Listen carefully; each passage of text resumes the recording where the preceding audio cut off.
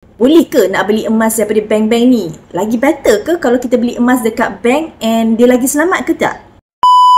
Perasan tak, bank pun dah banyak mula perkenalkan produk berasaskan emas. Dia pun dah jual produk-produk emas yang digital gold ataupun physical gold and jenis Islamik, jenis konvensional. Dah banyak sangat bank keluarkan produk berasaskan emas. So, boleh ke nak beli emas daripada bank-bank ni? Lagi better ke kalau kita beli emas dekat bank and dia lagi selamat ke tak?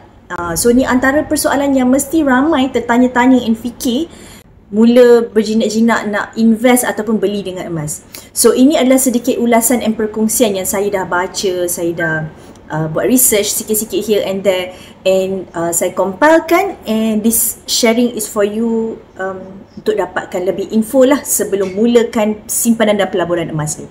Sebelum tu jangan lupa untuk share and save video ni. Kalau belum follow, boleh follow dulu. First kali sebelum apa-apa, kita kena kembali ke pangkal jalan. Bank ni dia punya core business apa? Bank ni diwujudkan untuk buat duit. Apa-apa yang berasaskan duit, itulah bisnes dia. Dia lah yang bagi loan. Produk-produk dia semua yang membolehkan dia buat generate duit yang lebih banyak lagi. Sebab tu bank suka sangat bagi loan. Sebab bila dia bagi hutang, dia bagi loan kepada kita, kita akan bayar interest kan. So kita akan bayar lebih daripada apa yang kita pinjam. Contohnya kita pinjam 100,000. Bila kita repay balik, kita tak repay balik 100,000. Kita akan bayar lebih daripada 100,000 tu. So lebihan tu, perbezaan tu lah yang mana bank akan buat duit. Jadi bila lagi banyak orang buat hutang, lagi orang buat pinjaman, lagi itulah dia suka sebab banyak duit kan, dia dapat banyak income. Jadi bila bank ni nampak opportunity, ramai orang dah beralih kepada membeli emas dan buat simpanan melalui kaedah emas, dia pun turut join sama, nak join the game and offer produk yang berasaskan emas. Since dia tak ada kepakaran dalam emas, tentang emas ni, dia offer lah produk-produk digital instead of physical gold. Back to basic, simpan emas kena ada fizikal macam ni. Kena ada emas fizikal. Kalau dalam bentuk digital, janganlah pilih produk emas, pilihlah produk lain, pilihlah services lain. Selain daripada tu, ada some banks yang dia tak ada pun stok fizikal, dia ada number sahaja. Renyah untuk disediakan stok emas ni sebenarnya.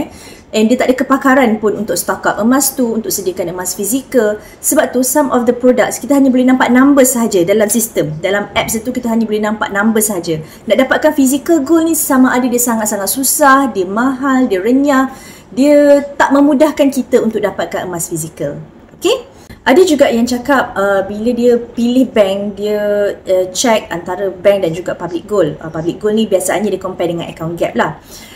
Dia orang pilih bank sebab dia kata bank ni dapat offer belian yang lebih rendah. Ada yang boleh beli dengan nilai RM10, RM20. Kalau macam compare dengan account gap di public gold, dia punya minimum amount yang boleh beli ialah RM100.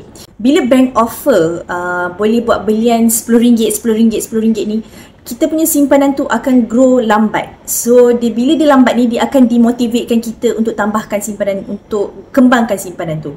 So you imagine kalau katakan di public gold pun RM100 boleh dapat dalam 0.2 gram, sekitar 0.2 gram. So kalau katakan RM10 lagi kecil, 0.02 gram, sangat sikit. So bila you kumpul sikit-sikit tu, nombor tu lambat nampak dia bertambah dan bergerak. So tak kuranglah motivation bila kita nak buat simpanan tu. So simpanan ni bila kita nak buat, yes of course secara konsisten, tapi value dia tu pun kenalah value yang munasabah lah. Bila terlalu kecil, lambatlah dia grow. So bak kata pakar kewangan Tuan Azizi Ali yang pernah saya baca dalam dia punya penulisan, simpan sikit-sikit makin lama masih sikit. So itu antara point lah kenapa public gold tak sediakan facility, tak sediakan nilai yang terlalu kecil. Bila terlalu kecil ni, kita lambat grow, kita lambat motivate diri untuk buat simpanan. Okay, so yang seterusnya saya nak share ialah tentang PIDM. So ramai yang sangka, ramai yang fikir bila dia buat simpanan dalam akaun bank ni, dia akan dilindungi PIDM. Betul tak? And sebenarnya tak dilindungi PIDM. Apa-apa produk emas oleh bank tak termasuk dalam senarai perlindungan PIDM kerana ia dianggap sebagai produk pelaburan, bukan simpanan. So duit yang dalam akaun bank simpanan, current account, savings account, yang itu dilindungi PIDM. So bank hanya nampak peluang berbisnes, sedangkan emas ni satu keperluan untuk kita lindung nilai, kita tambah aset, tambah simpanan dan bukannya sekadar ikut trend.